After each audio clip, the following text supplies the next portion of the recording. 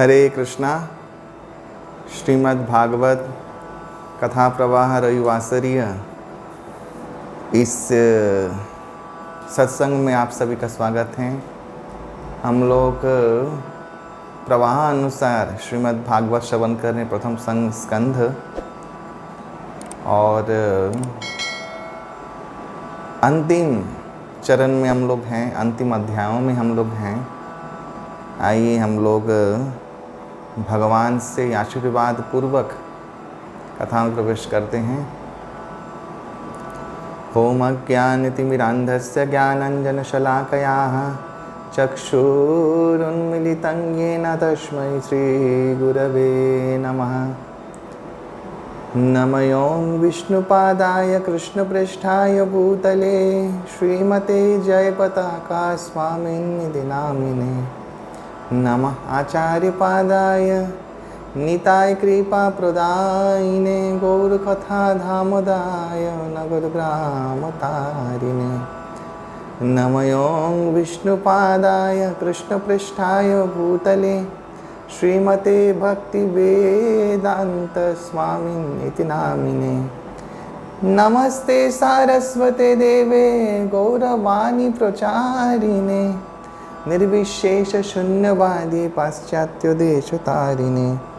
वाञ्छाकल्पतरुभ्यश्च कृपा सिन्धुभ्य एव च पतितानां पावनेभ्यो वैष्णवेभ्यो नमो नमः।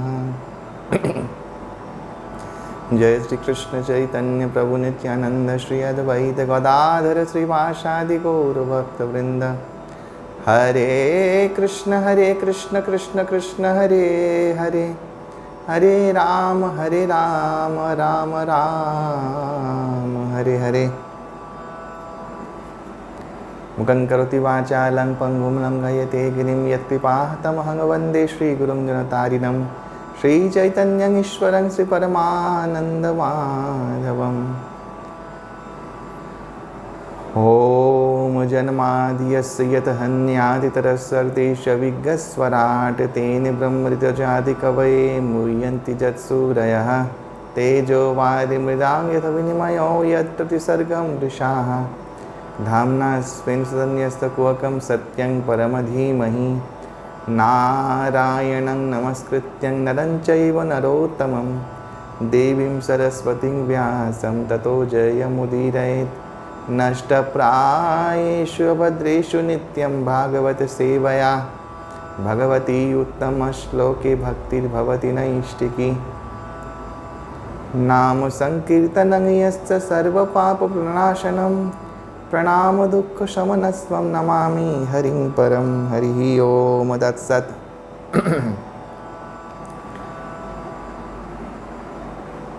श्रीमद्भागवत को प्रणाम करते हैं। त्वमादिदेवं करुणानिधानं तमालवर्णं सुहितावतारम् अपार संसार समुद्र सेतुं भजामहे भागवतः स्वरूपम्। ग्रंथराज श्रीमद्भागवत की जय। श्री श्री गुरु महाराज तथा मेरे परम गुरुदेव नित्य प्रश्न विष्णुपाद परमहंस परिव्राजक आचार्य अष्टोत्तर शत श्री श्रीमद् अभय चरणारविंद भक्ति वेदांत स्वामी महाराज प्रभुपाद के चरणों को प्रणाम करते हुए तथा गुरु परंपरा को प्रणाम करते हुए उनसे आशीर्वाद याचना करते हुए तथा मेरे इष्ट विग्रह श्री भगवान राधागिरी माधव जैसे गिरिराज जैसे सीताय मायको चंद्रदेव को शतकोटि दंडवत प्रणति प्रपत्ति करते हुए आज हम लोग कथा श्रवण करेंगे, कथा प्रवेश करेंगे। ये वर्ड बहुत अच्छा है, कथा प्रवेश करना, श्रवण करते हुए कथा में प्रवेश करना, कथा का जो सीन है उस प्रवेश करना। ये मन का निवेश है, निविड़ता है। तो आज है 17वां अध्याय। श्री श्रुतोवाच। हम लोगों ने सुना था यहाँ तक कि कली कली गो रूपा धरित्री तथा वृक्ष रूपा धर्मों को बड़े ही औद्यमता से, बड़े उद्दंडता से निपीड़ित कर रहा है। और उन लोगों में जो वार्तालाप हुआ था वो हम लोगों ने सुना, श्रवण किया यहाँ तक। अभी आगे कि परीक्षित महाराज जब उपस्थित हुए सरस्वती नदी के तट पर, ये दृश्य देखा, तब कली का दंड और पुरस्कार। श्री श्रुतोवाचः, श्रुत गोस्वामी ने कहा, तत्र गो मिथुनं राजा हन्यमानम अनाथवत् दंडहस्तं च वृषलं ददृशे नृपलांछनम। श्रुत गोस्वामी ने कहा कि वहाँ पे उपस्थित होकर महाराज परीक्षित ने देखा कि एक शूद्र राजवेश धारण करके एक दंड के द्वारा अनाथवत एक गाभी और वृक्ष को प्रहार कर रहा है। वे वृक्ष श्वेत कमल के जैसे शुभ्र वर्ण हैं। शूद्र के प्रहार में वे इतने भयभीत हो गए हैं कि वे मुक्त त्याग करके कंपित हो रहे हैं और एक पांव से खड़े हैं। गांच धर्म दुघांग दीनांग भृशं शूद्रपदाहताम विवत्साम अश्रुवदनाम क्षमाम यवसम इच्छतीम। गावी धर्मश्रावी हैं। यहाँ पे बहुत सुंदर दी, गांच धर्म दुहान, धर्म के तरंगे, धर्म का ओजस, धर्म की चेतना, ये गोरस से मनुष्य को प्राप्त होता है। याद कीजिए वो श्लोक जो मैंने स्कंद पुराण से कहा था, गोभी विप्रश्य वेदैश्च सतिभिः सत्यवादिभिः अलुब्धै दानशीलश्च सप्तभिर्धारयते मही। तो गो और विप्र से शुरू हुआ धर्म, वेदस्य धर्म, धर्म धारण करने की ये सब पायदान है। तो यहाँ पे गाभी को धर्मश्रावी कहा गया। श्रावी, श्राव माने उनसे जो तरल निकल रहा है, और वो क्या है? वो गोरस है, वो है अमृतमय उनका दुग्ध। इसमें वो सब चेतनाएं रहती हैं कि धर्म पालन करने की जो ओजस, जो बल चाहिए वो भी उसमें है। उससे जो हमारे शरीर का निर्माण होता है, सूक्ष्म तंतुएं बनती, वो विचार करने योग्य धर्म का विचार, धर्म के गुह्य तत्वों को एम्बॉडीड करना, अंदर उतारना, ये सब चीज़, विवेक इत्यादि, ये सब गाय का शुद्ध गाय, देसी गाय के शुद्ध गोरस से प्राप्त हो जाता है। दूध, दही, घी गोरस में आता है। तो धर्मश्रावी है, गाय धर्मश्रावी है। लिखा है कि गाभी धर्मश्रावी होने के बाद भी, बहुत शुभदा होने के बाद भी, वे दीनहीना वत्सहीना जैसे अनाथवत हैं। शूद्र उनके चरणों में आघात कर रहे हैं और वे अश्रुसिक्त नयन में तृणभक्षण करके अत्यंत कृशा माने मलिन होकर तृण यानी घास खाने के लिए इच्छा प्रकाश कर रहे हैं। उस समय सुवर्ण धनुर्बाण में सुसज्जित परीक्षित महाराज वहाँ पर उपस्थित हुए और उस शूद्र रूपी राजवेशधारी कली को वज्र गंभीर स्वर से पूछा, तू कौन है? बलवान होने के बावजूद तू इस धरातल में मेरे आश्रित जीवों पे ऐसे दुस्साहसपूर्वक उद्दंडता कर रहा है और ऐसे साहस प्रकाश कर रहा है। कैसे तू कर रहा है? तू नट के जैसे राजवेश धारण किए हुए, लेकिन तेरा कार्यकलाप क्षत्रिय नीति की विरोधी है। ये एक बहुत बड़ा चीज़ है। सच्ची नीति थी गो ब्राह्मण समस्त वर्गों के सुरक्षा विधान रक्षक, उनको सामाजिक तौर पे उनका निरोगीकरण, उनको समस्त अनाज इत्यादि से, तचुर्ज अनाज इत्यादि से उनको तुष्टिकरण और कोई अराजकता ना रहे, तो ऐसा शासन, ये 3 नीति, ताकि मानसिक रूप से, शारीरिक रूप से और धार्मिक रूप से भी सुरक्षित रहें। ये सब राजा का क्षत्रिय धर्म है, ये बहुत ऊंचा धर्म है। इसलिए राजा को भगवान के प्रतिनिधि माना गया। राजा लोग पहले ये सब धर्म निभाने के लिए अपना व्यक्तिगत स्वार्थ को बलि चढ़ा देते थे, त्याग देते थे। इसलिए राजा को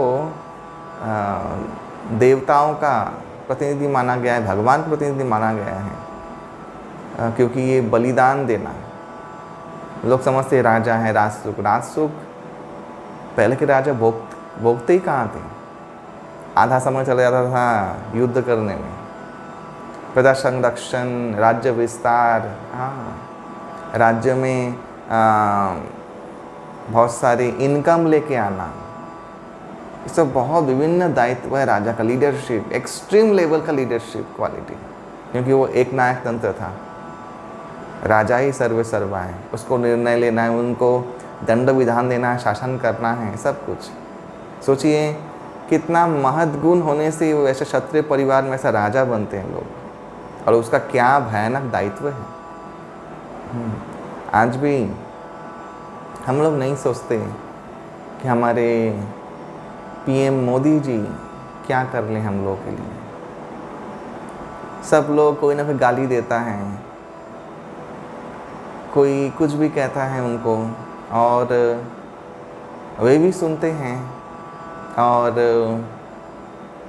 लेकिन मैं कहता हूँ, आप उनको जो कुछ कह रहे हैं, जो भी गाली दे रहे हैं, अपने लिए क्या गाली दे रहे हैं? प्रजा को भी अपना दायित्व निभा के फिर याचना करना चाहिए। अधर्म के लिए याचना करना ये भी देशद्रोहिता है। हम लोग कितने बेईमान हैं, हम लोग कितने धोखेबाज हैं, कितना लूट खसोट का हम लोगों का एक नेचर बन गया है। तो प्रजा को राजा के हित में सोचना ये बहुत ज़रूरी है, तभी राजा प्रजा के लिए सोचेगा। ये दोनों तरफ का आदान प्रदान है। ये आज हम लोग को किसी कॉलेज में, किसी न्यूज़ चैनल ये सब सिखाते नहीं हैं, मीडिया में नहीं सिखाते। ये एक देशवासी होने के नाते हम लोग का कर्तव्य क्या है, हम लोग का चेतना कैसे विकास करना चाहिए, विकसित होना चाहिए।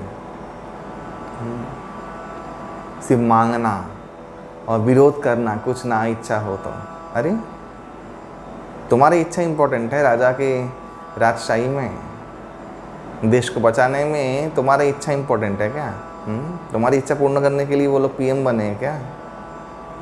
तुम्हारे ऐसा हो या तुम लूट खसोट करो और अय्याशियाँ करो देश में, और वहाँ पे हमारे सैनिक लोग मरे ठंड में खड़े होकर, इसलिए शर्म आना चाहिए हम लोगों को। हमारी सेना लोग किस कष्ट में रहते हैं, ये आप एक बार केदारनाथ जाइए, उस ठंड में थोड़ा सा घूम के आइए, समझ में आएगा कि वो 2 दिन में आप लोग का जो हालत होगा, ऐसा वो लोग सालों महीने अपने परिवार से दूर होकर सेना लोग सुरक्षा कर रहे हैं। मोदी जी चिंतित हैं कि विदेशी ताकतें इस देश को आक्रमण ना कर दें, और हम लोगों को क्या चाहिए? अय्याशी। ये हम लोग का औकात है। हम लोग वही जी, पेट्रोल का दाम बढ़ गया, बहुत महंगाई हो रही है, महंगाई पूरे वर्ल्ड में हो रही है। जाके देखिए, बाहर में घूम के आइए, थोड़ा सा बगल वाले देश में चली जाइए, देख के आइए महंगाई कितना हो रहा है। दोष देना, गाली देना बहुत आसान है, वो धर्म निर्वाह करना ये ऐरे गहरे टॉम डिक हैरी का काम उससे संभव नहीं है। तो यहाँ पे दिया है राजा का ये धर्म था। राजा का बहुत बड़ा धर्म होता है, इसलिए राजा इतना श्रद्धेय होता है, इतना भगवान के करीब होता है, क्योंकि अपने जीवन का बहुत सारा सुख वो सैक्रिफाइस कर रहा है लोगों को सुरक्षित, उनको सब कुछ अवेलेबल करवाने के लिए, बहुत कुछ। इसीलिए यहाँ पे श्लोक का बहुत सुंदर अर्थ दिया गया है। जस्वं कृष्ण गति दुरंग स गांडीव धन्वना सोच्य असी असोच्यान रहसी प्रहरन बदमा अर्हसी। श्री कृष्ण गांडीवधारी अर्जुन सह चले गए हैं, दूर प्रस्थान किए हैं, इसलिए तू इस निर्जन निरपराध प्राणियों को वध करने में साहस कर रहा है। इसलिए इसका जो अपराध हुआ है, इसके तू वध के योग्य है। महाराज परीक्षित तब वृष को एक प्रश्न पूछे कि आप कौन हैं? आप मृणाल शुभ्र हैं, श्वेत कमल पुष्प के जैसे हैं। आप क्या कोई देवता हैं? आपके 3 चरण आप खो चुके हैं और 1 चरण से आप विचरण कर रहे हैं। आपकी कोई देवता है कि विश्व रूप धारण करके हम लोग को छलना कर रहे हैं, हम लोग को हमारे आंखों में धूल झोंक रहे हैं, ऐसा रूप बना के। लिखा है कौरव श्रेष्ठ वीरों के भुज बल में, भुजाओं के बल में सुरक्षित कोई भी राज्य में ऐसा दृश्य मैं पहली बार देख रहा हूँ, और पहली बार आपको अश्रु जल में अनुतप्त देख रहा हूँ, आपका ऐसा हालात देख रहा हूँ। वृष को बोल रहे हैं,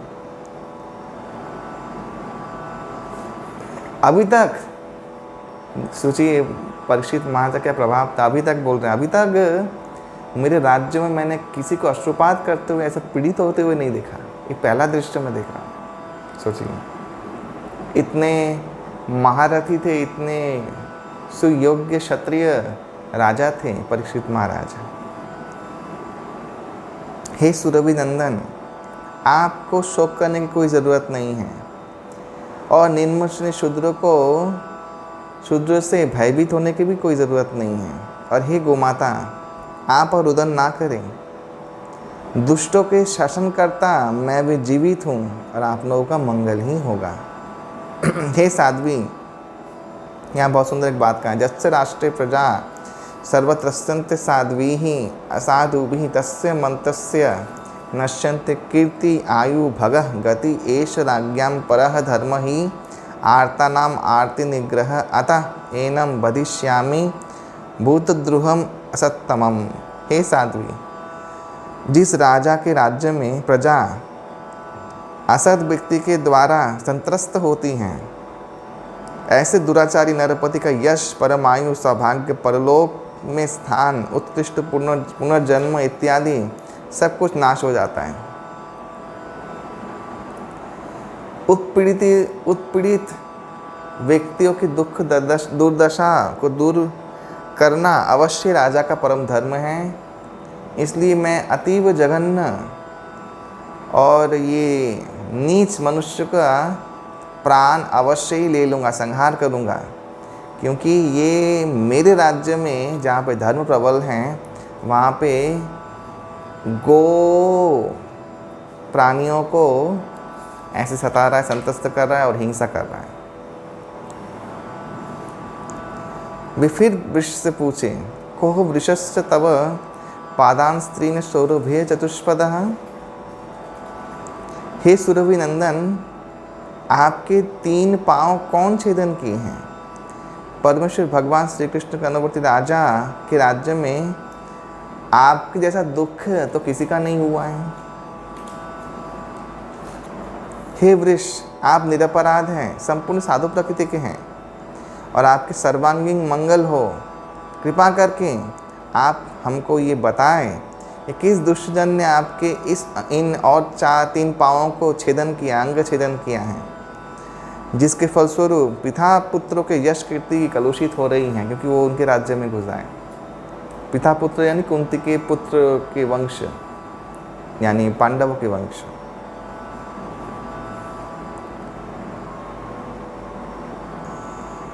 ये परीक्षित महाराज घोषणा कर रहे हैं। जने अनागसी अघमयुंजम सर्वत अस्य च मद भयम साधुनाम भद्रम एव स्यात् असाधु दमने कृते है। क्या सुंदर वाक्य हैं।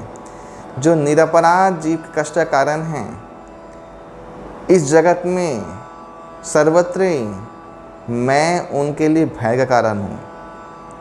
दुर्वृत्त जनों को दमन करने के लिए स्वाभाविक रूप से कोई भी साधुगण का दुर्वृत्त दमन के माध्यम से साधारण रूप से कोई भी साधुगण का परम कल्याण साधित होता है।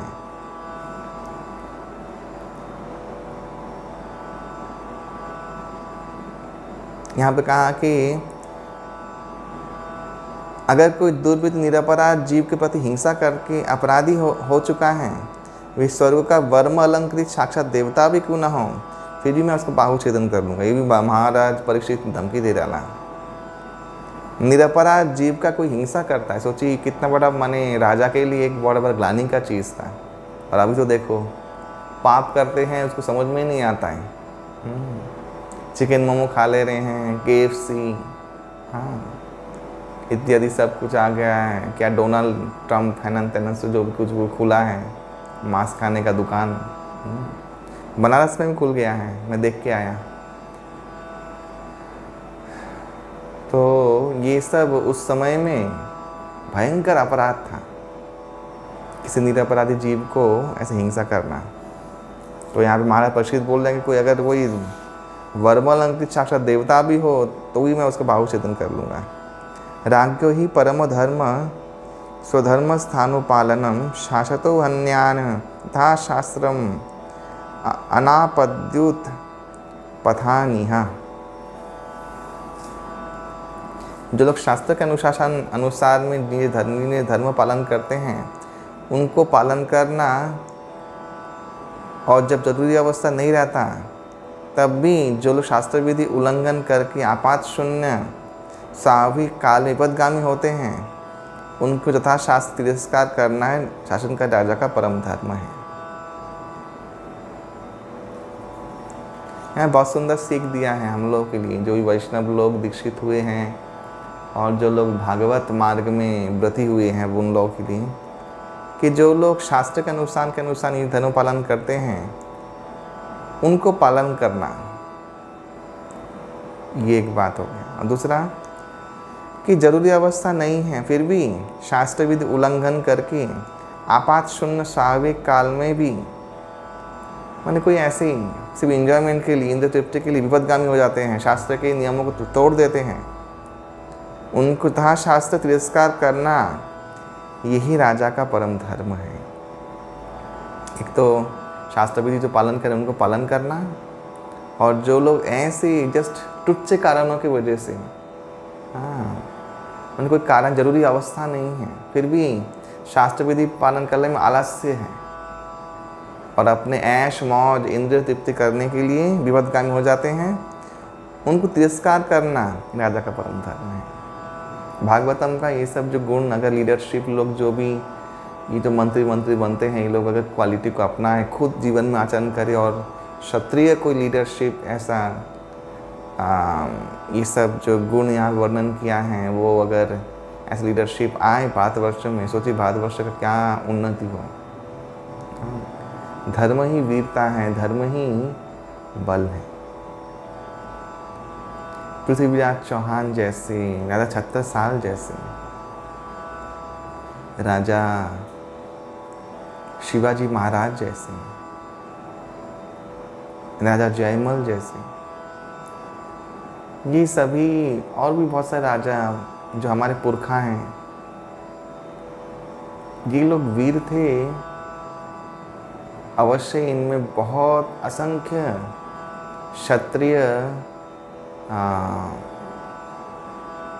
भूषित गुणावली था, लेकिन इनका धर्म चेतना इतना स्ट्रांग था, धर्म पालन में ये लोग इतने बली थे, बलवान थे, धर्म पालन में बलवान थे कि इनका बल, शौर्य, तेज, हाँ ये अभूतपूर्व था। छत्रसाल जी राजा, बुंदेलखंड के राजा 87 साल तक पृथ्वी लोक में रहे। जब तक रहे तब तक मुगलों का खाट कर रखे। किसी का मजाल नहीं था कि बुंदेलखंड राज्य में कोई मुस्लिम या ये सब तुर्की यवनों का आक्रमण हो। कभी भी संभव नहीं था। इतने कांपते थे लोग, जो आजकल हमारे इतिहास से पढ़ाया नहीं जाता। दुख की बात है, लेकिन ये सब घटना मैं सोचता हूँ कि कैसे वीर पुरखा थे ये लोग हमारे। क्या इंद्रिय नियंत्रण था, क्या कंट्रोल था, और क्या डेडिकेशन था, क्या एक दृढ़ निष्ठा था धर्म पालन और देश पालन में। ये लोग थे असली राजा। कलयुग में भी ये सब ऐसे राजा हुए हैं, तो ये तो द्वापर युग की बात है। अभी भगवान के परम भक्तों के पुत्र की बात है, पौत्र की बात है। तो ये था हमारा, और वहाँ से हमारा ऐसा पतन हुआ है। सोचिए, उस जगह से ज़्यादा दिन पुराना भी 500 साल पुराना होगा, वहाँ से अभी तक का एक कली का प्रवेश है, ऐसा पतन हुआ है। तो ऐसे अगर नियम, राजाओं के जितने गुण हैं इसमें भागवतम में अगर ये लिखा जाए और इसको एक पोर्टफोलियो बनाया जाए, सबको शिक्षित किया जाए।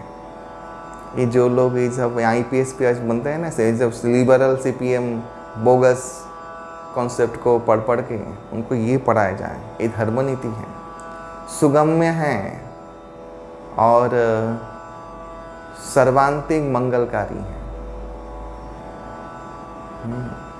अगर ये पढ़े और ऐसे धर्मवान होकर, न्याय नीति के साथ चरित्र युक्त होकर, धर्म प्रतिष्ठित होकर शासन करें, तो आप देखिएगा कैसे प्रजा भी सुखी होती है, कैसे प्रजा में भी चेंज आता है, परिवर्तन आता है। ये एक बहुत बड़ा विज्ञान है। धर्म ने कहा, एतद्व पांडवेयानां युक्तम आर्त अभयम वचः जेषां गुणगणैः कृष्णः दौत्य आदो भगवान कृतः। धर्मराज ने कहा कि हे पांडव, भक्ति भावमय गुण वैशिष्टादि विमुग्ध होकर भगवान श्री कृष्ण पर्यंत दौत्यादि कर्तव्य पालन किए थे आप लोगों के लिए। जिन पांडव के लिए आप वैसे ही पांडव वंशधर की जैसी उपयुक्त कथा आप बोल रहे हो। उन्होंने कहा कि कोई कहता है कि विशेष दुराचारी ने मेरा ये दुख दुर्दशा किया है, और किसने किया है निर्णय करना बहुत कठिन है, क्योंकि बहुत मतावलंबी दार्शनिक लोग ये सब कहते हैं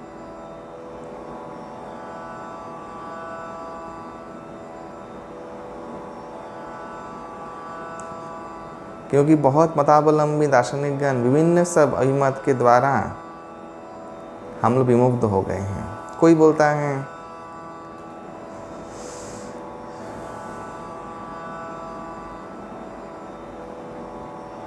कि द्वैत भाव अस्वीकार, जो लोग सब सारे प्रकार के द्वैत भाव को अस्वीकार करते हैं, वे लोग प्रचार करते हैं कि जीव सुख दुख के लिए खुद ही दायी हैं। कोई बोलते हैं अतमानवीय शक्ति सुख दुख के लिए दायी हैं। फिर कोई बोलता है कर्म ही सुख दुख का करता है। कोई बोलता है जड़वादी, जैसे जड़वादी लोग बोलते हैं स्वभाव प्रकृति ही हमारे सुख दुख का परम कारण है। कोई मनुष्य विश्वास करते हैं कि युक्ति विचार के सहायता से दुख शोक का निर्णय कोई कर नहीं पाएगा, कल्पना के साथ भी वो नहीं कर पाएगा, और इसलिए भाषा में भी प्रकाशित नहीं हो पाएगा। हे राजर्षि, आप अपने मनीषा, अपने विवेक के साथ ये सब विषय चिंता करके आप खुद ही विचार करें। महाराज परीक्षित समझ गए सुन के ही। शुद्ध गोस्वामी ने कहा कि दीदी श्रेष्ठ, ऐसे महाराज परीक्षित धर्मराज के पास से ये सब श्रवण करके संतुष्ट होके निर्भूल और विगत मोह होकर उत्तर दिए। राजोवाच धर्मं ब्रवीषि धर्मज्ञ धर्मो असि विश्वरूप दृक् यद धर्मकृत स्थानं सूचकस्यापि तद भवेत्। महाराज परीक्षित ने कहा, हे वृषरूपधारी धर्मज्ञ, धर्मशास्त्र में जो बोला है अधार्मिक व पापाचारी का जो स्थान लाभ होता है, अधर्म निर्देशक भी वही स्थान लाभ करते हैं। इसलिए क्या सुंदर चीज़ दिया है। महाराज परीक्षित ने क्या बोला, हे विष्णुधारी धर्मज्ञ, धर्मशास्त्र में ऐसा कहा गया है कि अधार्मिक और पापाचारी दो स्थान लाभ करते हैं, अधर्म निर्देशक को भी वही स्थान लाभ होता है, शास्त्र में दिया है। इसीलिए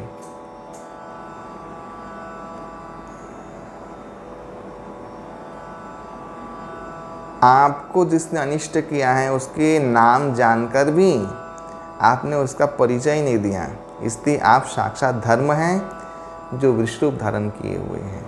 बहुत सुंदर सिद्धांत है। अधार्मिक पापी लोग पाप करते हैं, लेकिन जो अधर्म का उपदेश करते हैं और अधर्म को देख के कोई प्रतिवाद नहीं करते हैं, तो उनका भी वही गति होता है जो वो पापी का गति होता है। ये शास्त्र में दिया हुआ। इसलिए धर्म ने किसी का नाम नहीं लिया, इंगित किया, तो कहा कि आप जानते हैं आपका अनिष्ट किसने किया है, फिर भी आपने नाम नहीं लिया, इसलिए आप साक्षात धर्म हैं। धर्म के सिद्धांतों को इतना सुंदर बताया है, तो आप साक्षात धर्म हैं।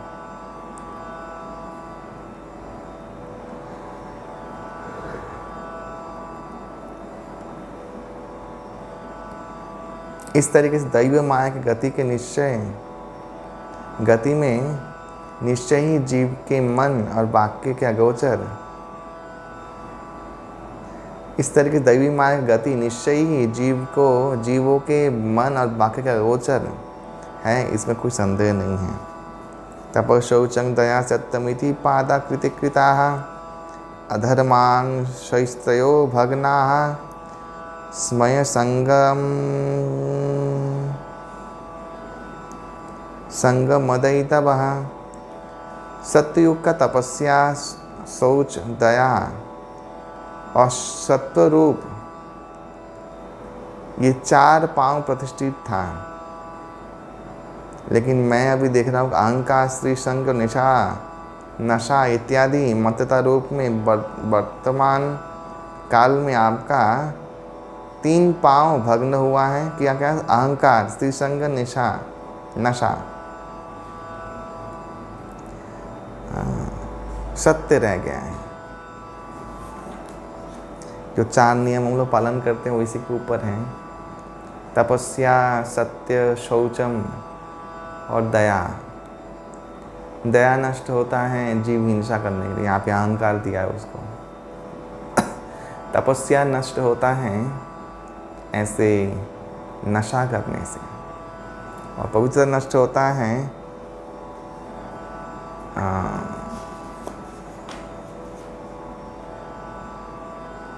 यौन संसर्ग करने से, इसीलिए, और सत्य नष्ट होता है जुआ खेलने से। ये 4 पांव धर्म के हैं, और 4 नियम हम लोग जो बोलते हैं इस्कॉन में, वो इसी के कारण है। जो ये 4 नियम नहीं पालन करता वो आध्यात्मिक क्या बोलते हैं, आध्यात्मिक इस अनुशीलन की योग्य नहीं है। उसको यहाँ इस जगत माने आध्यात्मिक जगत में कोई भी लाभ नहीं मिलेगा, भले ही वो कितना भी भगवान को श्रद्धा रखता हो। देखिए, शास्त्रों में आस्तिक नास्तिक का भेद कहा गया है। नास्तिक शास्त्रों में ऐसा नहीं कहा कि भगवान को नहीं मानता है, ऐसा नहीं कहा गया। भगवान को तो वही जो यवन लोग भी मानते हैं, म्लेच्छ लोग भी मानते हैं। फिर भी आचार्य लोग क्या कहेगा कि यवन ये सब जो लोग हैं सब नास्तिक हैं। बौद्धवाद भी नास्तिक है, जैनी सब नास्तिक हैं बोला गया है। शंकराचार्य इत्यादि सभी जगत गुरुओं ने ये वाक्य कहा है। क्यों कहा है? ये शास्त्र में दिया है, आस्तिक यानी जो वेद के धर्मों को पालन करने में समर्थ हो और वेद को माने, वो आस्तिक है। ये आस्तिक की परिभाषा शास्त्र में दी गई है। भगवान को मानना ना मानना उसकी बात नहीं है। तो इसलिए जो वैदिक धर्म नीति को श्रद्धा, उनके प्रति श्रद्धा रखता है, उनको पालन करने के लिए तत्पर रहता है, वही आस्तिक व्यक्ति है। और इसलिए आस्तिक माने वेद को पालन करना और ये सब नीतियों को पालन करना, वो आस्तिक है। वो धर्म पालन के लिए योग्य व्यक्ति है। बाकी हो सकता है किसी का सॉफ्ट कॉर्नर हो, कोई अट्रैक्शन हो भगवान के प्रति, वो हो सकता है, लेकिन वो धार्मिक भी नहीं है। धर्म धारण तो किया नहीं, धार्मिक कैसे हो सकता है? और वो आध्यात्मिक ये सब अनुशीलन की योग्य व्यक्ति नहीं है। ये चार चीज़, ये चार जो मेन स्तंभ है, ये जो गुण हैं, ये तो चाहिए ही चाहिए किसी भी आध्यात्मिक अनुशीलन के लिए, इवन योगाभ्यास के लिए, प्राणायाम के लिए इत्यादि के लिए भी ये चार जो मेन क्रिया हैं उसका निषेध वो तो बहुत ज़रूरी है। क्योंकि तपस्या, शौच, दया, सत्य, ये धर्म के चार पहिए हैं, चार पायदान हैं, चार स्तंभ हैं। इसमें से एक स्तंभ भी टूटा तो आप धर्मच्युत हो जाओगे। इसलिए ये जो वृक्ष एक पाँव में टिका हुआ है सत्य, कलयुग में सत्य का पायदान अभी तक भी है। यहाँ पे सत्य कभी मिट नहीं सकता। बाकी तपस्या, शौच, दया, इसका विलोप हुआ है।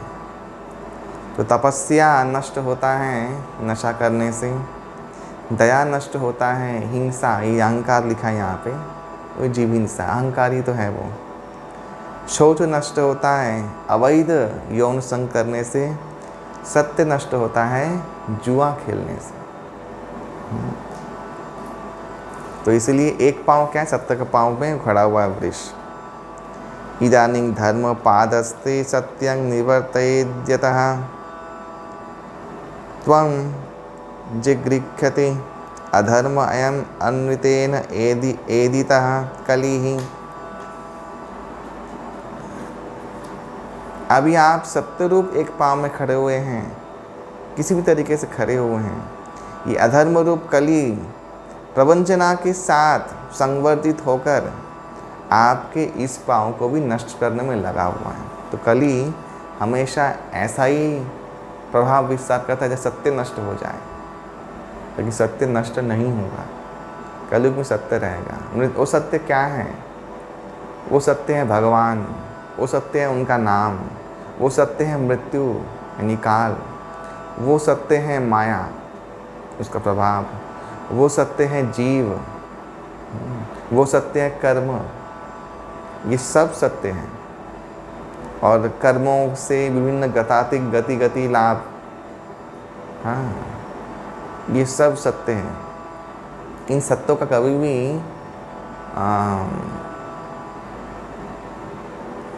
नाश नहीं होगा।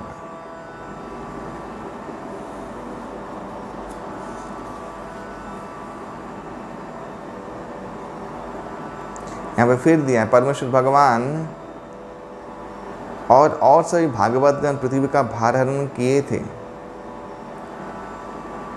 वे जब यहाँ पे अवतरण किए थे तब उनके मंगलमय पदचिन्हों के प्रभाव से सर्वत्र रूप से पृथ्वी का मंगल साधित हुआ था। जिस काल में भगवान भगवत धाम चले गए भगवान श्री कृष्ण चंद्र, उसी समय कली का प्रवेश हुआ। सोचती अश्रुकला साध्वी दुर्भगा इव उज्जिता सती अब्रह्मण्या निपव्याज्या शूद्रा भोक्षन्ति माम इति। दुर्भाग्यवश परमेश्वर भगवान कर्तिक परित्यक्त होकर साध्वी सरित्री ऐसा बोल रही है कि मुझे ब्राह्मण विद्वेष शूद्र राजा भोग करेंगे। इसी कारण शोक करते करते अश्रु त्याग कर रहे हैं। कलयुग में ये होता, ब्राह्मण विद्वेषी शूद्रों का, शूद्र लोग राजा बनेंगे और पृथ्वी भोग करेंगे, वही हो रहा है। इति धर्मं महिं च एव शान्तयित्वा महारथः निशातम आददे खड्गम कलये अधर्म हेतवे। इस तरीके से महारथी परीक्षित महाराज धर्म पृथ्वी को सांत्वना दान करके अधर्म के कारण स्वरूप कली को संहार करने के लिए तीक्ष्ण खड्ग को धारण किए। और कली ने जब देखा राजा उनको वध करने के लिए उद्यत हुए हैं, वे भय से विवल हो गए और राजवेश परित्याग करके उनके पदतल में अवनत मस्तक में निपतित होकर आत्मसमर्पण कर दिए। सोचिए, कली भी प्रवेश कर रहा है भक्तों के पास से अभयदान लेकर। ये तो कली का हाल है। मैंने पूर्व काल में महाराजों से श्रवण किया था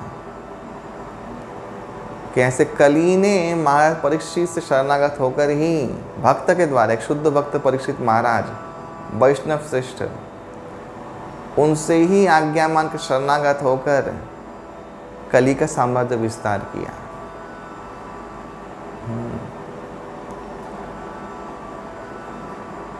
कली का काल तो आना ही था, ये तो अनिवार्य था, काल की गति भी थी, ये महाराज परीक्षित जानते भी थे।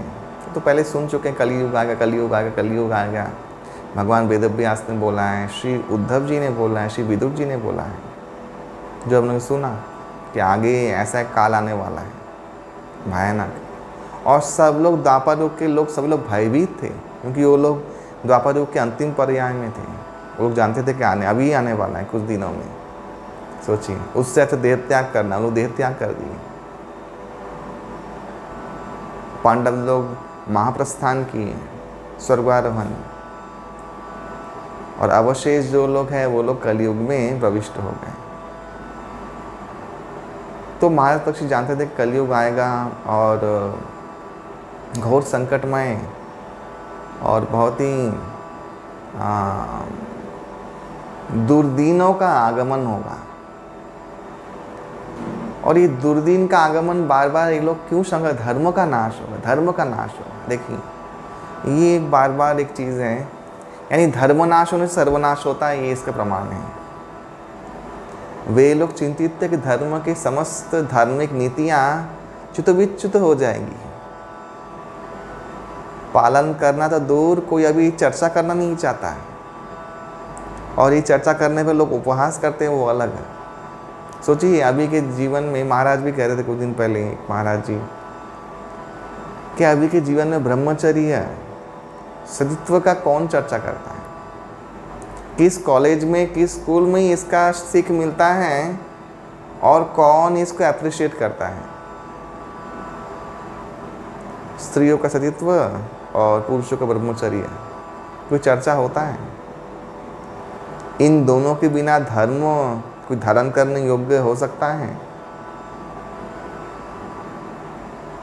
अभी तो विशेष रूप से नाश हुआ है। युवक युवतियों के जो संस्कार हैं इतने नीचे गिर गए हैं, बहुत जल्दी इसका पूरा श्रेय जाता है, पूरा श्रेय जाता है, वह है हॉलीवुड बॉलीवुड कल्चर। जब से ये टेलीविज़न का आविष्कार हुआ है, टेलीविज़न आने से पहले के आप युवक युवतियों के संस्कार देखिए, और टेलीविज़न आने के बाद, ये जो सिनेमा विनेमा आने के बाद के युवक युवतियों को आप ऐसे अधपतन देखिए। और लिबरल सीपीएम मानसिकता, ये कली का ही एक रूप है। और ये लोग जो कली चेले हैं, ये लोग जो प्रचार करते कली चेले हैं, इतना 70 से जो 500 साल में, 5,000 साल में नहीं हुआ, वही कुछ सालों में हो गया भारतवर्ष में। बाकी दुनिया का बात तो छोड़ दो, नैतिकता नहीं है। युवक युवतियाँ संसर्ग कर रहे हैं, बच्चा को पेट में धारण कर नष्ट कर दे रहे हैं, उनको नहीं लगता ये पाप है। एक स्त्री कितने पुरुषों के साथ सो चुकी है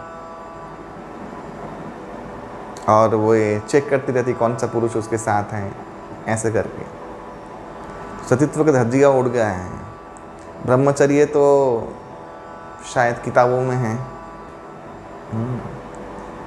और स्कूल कॉलेज ये सब कुछ का जो आडंबर है, जो एक क्या वो सिल्वर पर्दा है, उसके चकाचौंध में सभी लोग पागल हैं। वो लोग नहीं जानते कि जीवन में अगर आंख बंद हो गया, मरने के बाद का परिस्थिति क्या होने वाला है। कली भले ही तुम्हें लुभावना लगे, कली का चाल, आप लोग धर्म छोड़ दो, भगवान भूल जाओ, सब कुछ छोड़ के अपने अय्याशियों में, मौज मस्ती में भले ही लगे बहुत सुखी हो रहे हो, मरने का इंतज़ार करना। कली का सबसे बड़ा चीज़ यही है, एल्यूरमेंट। वो आपको लगता है सुख, जैसा सुख तो वो है नहीं। जो शराब पे नशाग्रस्त है, हाँ, मद्यपान कर रहा है, मांस मदिरा खा रहा है, जो भी है, और नशे में है, ऐसे अज्ञान अवस्था में कौन सा सुख का अनुभूति हो रहा है उसको। और वो सुखी क्या जो ज्ञानवश में ना मिले। ये बोध, ये विवेक आजकल सब लोग खो दे रहे हैं। और युवक लोग इतने 70 से अपने ब्रह्मचर्य का नाश कर रहे हैं। ये सब टीवी टावा देख देख के सब आता है ना अभी, क्या सब नेटफ्लिक्स वेटफ्लिक्स में सब लोग जो अभी जुड़ चुके हैं। अभी जुआ खेलने का तो बहुत कुछ खुल गया है। Quick enjoyment. अरे कौन देखा है। और लिबरल चिंताधारा सपोर्ट करने वाला उनको, वो लोग जानते हैं और अपराध करने सपोर्ट करने के लिए लिबरल चिंताधारा, CPM मेंटेलिटी। अरे कौन भगवान कौन ईश्वर है, बकवास है। तो आज उपहास का पात्र बन चुके हैं जो चर्चा करते हैं ये सब बातें। ऐसा धर्म का नाश हुआ है। हाँ।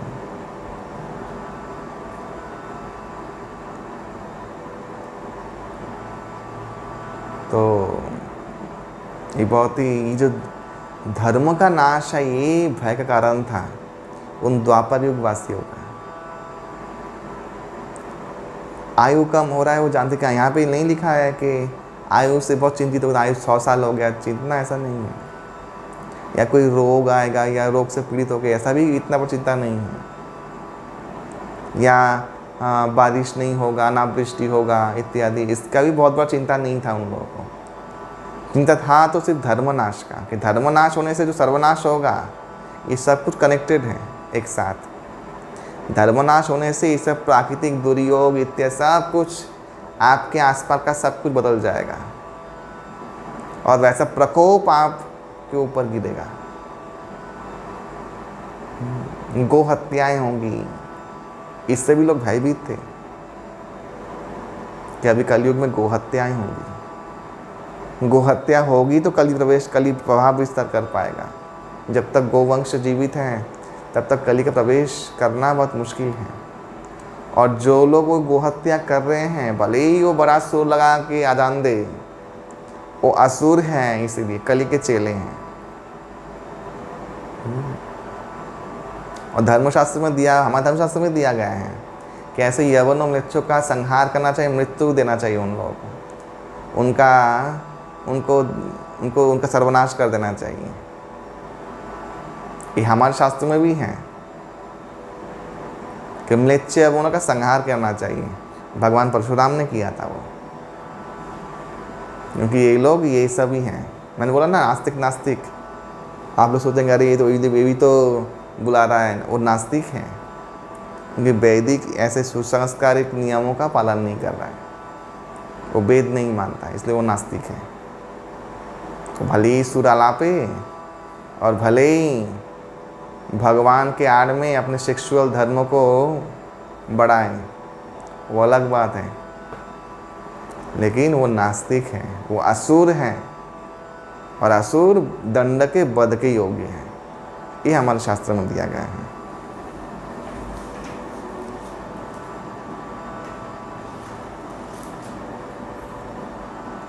दीनवत्सल शरणागत पालक यशस्वी महावीर महाराज परीक्षित,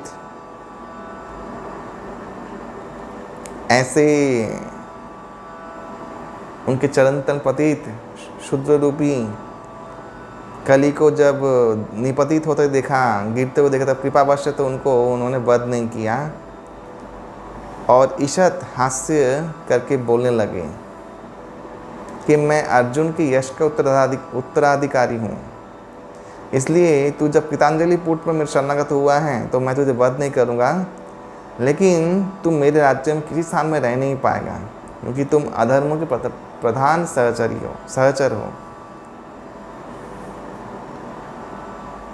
क्योंकि कली व अधर्मों को यदि राजा व राष्ट्रनेता रूप में आचरण करने अगर मैं तुम्हें आज्ञा दे दूँ राजा राष्ट्रनेता रूप में आचरण करने का, तो इस राज्य में लोभ, मिथ्या, चौर्य, असभ्यता, विश्वासघातक, दुर्भाग्य, कपटता, कलह और दंभ, ये अधर्म समूह सब प्रबल रूप वृद्धि प्राप्त होगा अगर मैं तुम्हें ये अलाउ कर दूँ तो। अतः हे अधर्म बंधु, परमेश्वर भगवान संतुष्ट विधान के लिए जहाँ पर सत्य धर्म के भित्ति में यज्ञ विस्तार निपुण याज्ञिक लोग यज्ञ अनुष्ठान कर रहे हैं, इस ब्रह्मावर्त प्रदेश में तुम्हारा रहना उचित नहीं है।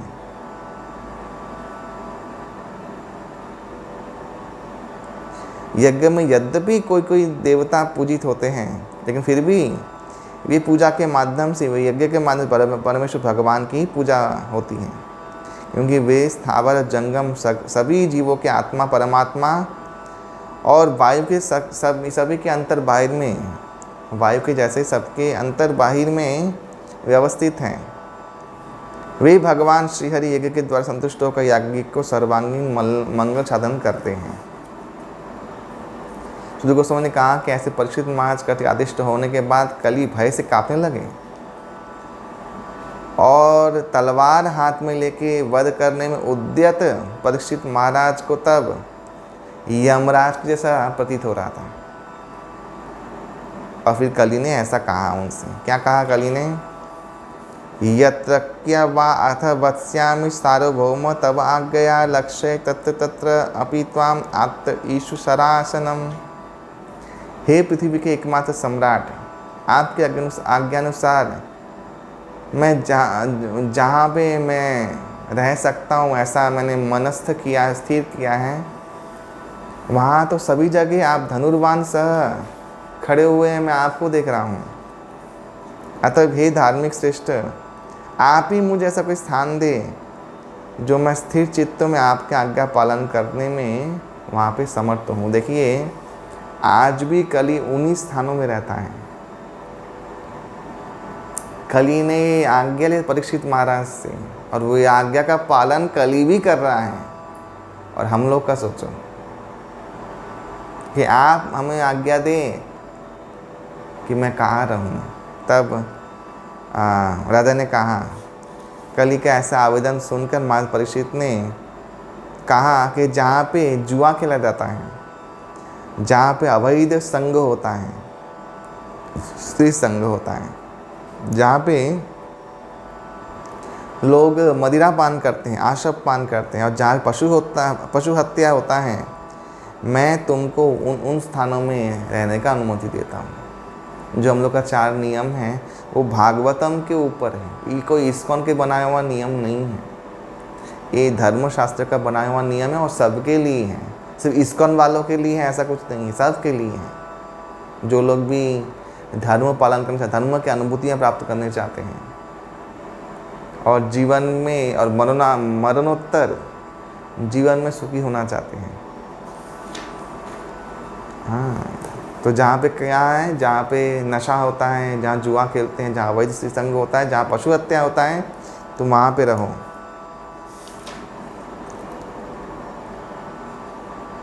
ये 4 स्थान पाने के बाद भी कली फिर से प्रार्थना किया कि और कोई स्थान महाराज जी।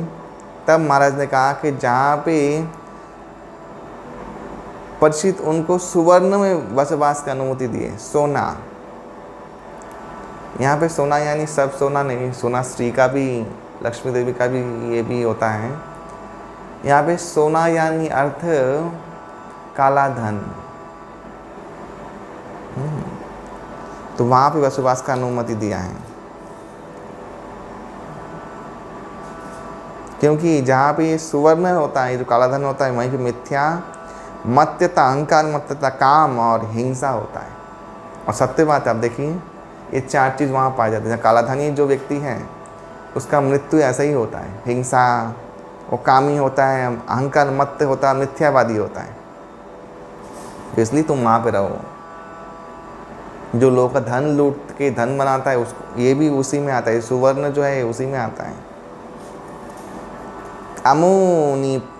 अमुनि पंचस्थानानि ही धर्म प्रभवः कलिः औत्तरेण दत्तानि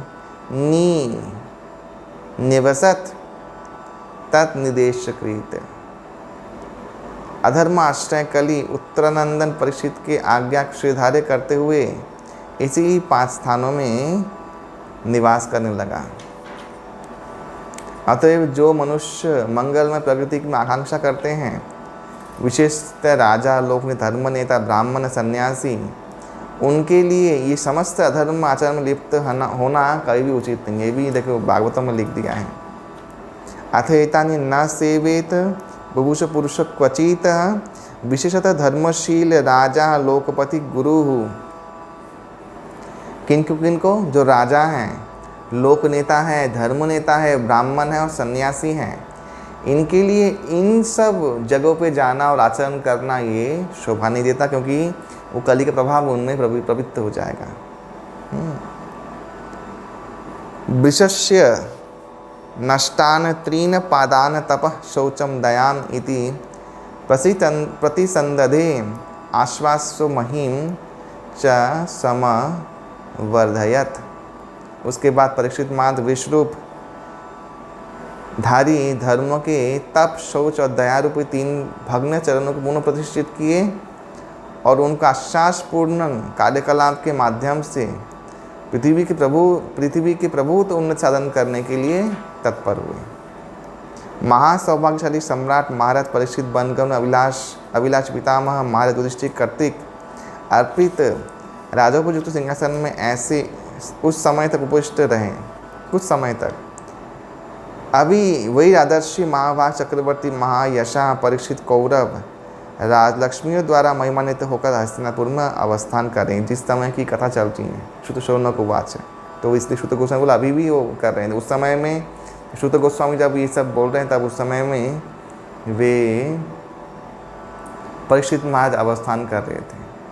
हाँ, इसलिए बोल रहे हैं कि अभी भी महासौभाग्यवान सम्राट महाराज परीक्षित वनगमन में अभिलाषी पितामह महाराज युधिष्ठिर के द्वारा अर्पित राजोपयुक्त सिंहासन में उस समय तक उपस्थित रहे। और अभी वही आदर्शी महाभाग चक्रवर्ती सम्राट यशस्वी परीक्षित कौरव के राजलक्ष्मी द्वारा महिमान्वित होकर हस्तिनापुर में निवास कर रहे हैं। ये ऐसा श्रुत गोस्वामी ने कहा।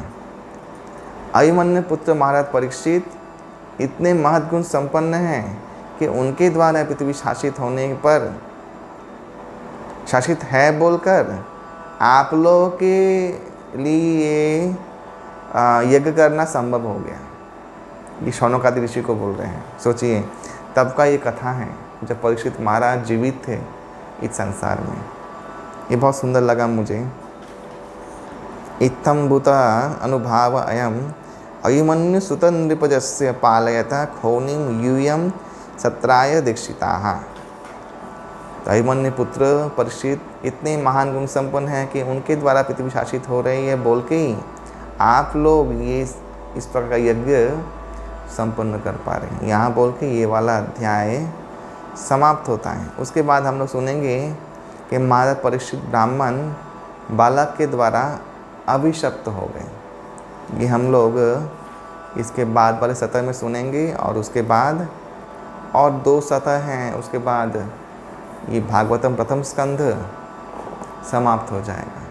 और इस तरीके से भागवतम का जो रूप है, विराट रूप है, उनके चरणों तक का हम लोगों ने स्वाध्याय कर लिया होगा जब ये संपन्न हो जाएगा पूर्ण रूप से। आप सभी लोगों से विनती है कि आप सभी लोग जो भी श्रवण कर रहे हैं भागवतम इस ग्रंथों को, जो श्रील प्रभुपाद द्वारा रचित है, कमेंट्री दिया गया उनके द्वारा, टिप्पणी दी गई है, ये ग्रंथ आप लोग बहुत ध्यानपूर्वक पढ़ें इसमें धर्म की ऊर्जा है, ये सत्संग है। आप सुन रहे हैं, आप पढ़ें, भागवत हैं, भगवान का बागमय रूप है, साक्षात भगवान हैं। और प्रभुपाद ने जो एक कमेंट्री दिया है, जो मैं इतना तरीके से, क्योंकि समय की अवधि कम है, तो ये पूरा उनका व्याख्या करना ये तो बहुत बड़ा समय का एक कार्य है, तो संभव नहीं है। लेकिन आप लोग पढ़िए, ये प्रभुपाद की चेतना का संग करना है, एक महान वैष्णव, शुद्ध वैष्णव का चेतना का संग करना है। और कलिकाल में सभी लोग, कलि पीड़ित जो जीव हैं, उनमें भगवान के प्रति सेवा की इच्छा उत्पन्न हो सकता है अगर वो भागवतम का आश्रय लें, भागवतम को सुने समझें, तो ही सेवा करने की इच्छा प्रकट होगी, भगवत नाम जप करने की इच्छा प्रकट होगी। और जितना देर तक भागवत का संग का शुद्ध आचरण रहेगा और सारे दिन आप शुद्ध चेतना में प्रतिष्ठित रहेंगे, ये भागवत का फल है, स्पर्श करने का, पढ़ने का फल है। सब लोग बोलते हैं कि तो जी जप कर रहे हैं, लेकिन फिर भी बहुत कलुषित चेतना है, भागवत नहीं पढ़ रहे हैं, भागवत नहीं सुन रहे हैं। इसलिए आप दिन में किसी भी समय में ये सुनिए, इनका संग स्पर्श कीजिए, श्लोक पाठ कीजिए, आपको तत्क्षणात स्पिरिचुअल एनर्जी प्राप्त होगा और आप उस दिन में शुद्ध चेतना को मेंटेन कर पाएंगे। ये भागवतम का प्रभाव है और मैंने खुद अपने जीवन में देखा है। नष्ट प्राय शब्देषु नित्यम भागवत सेवाया, भक्ति भवती नैष्ठिकी, भगवान के प्रति नैष्ठिकी भक्ति का प्रतिष्ठा हो जाएगा। यही भागवत की महिमा है। तो आप सभी लोग ये ग्रंथ का लाभ उठाएं और श्रीमद् भागवत का आश्रय लेकर अपने जीवन को सफल बनाएं। हरे कृष्णा। बहुत बहुत धन्यवाद आप सभी का। श्री प्रभुपाद की जय। ग्रंथराज श्रीमद् भागवतम की जय। निताय गौर श्रीनाथ प्रेमानंदे। हरि हरि बोल।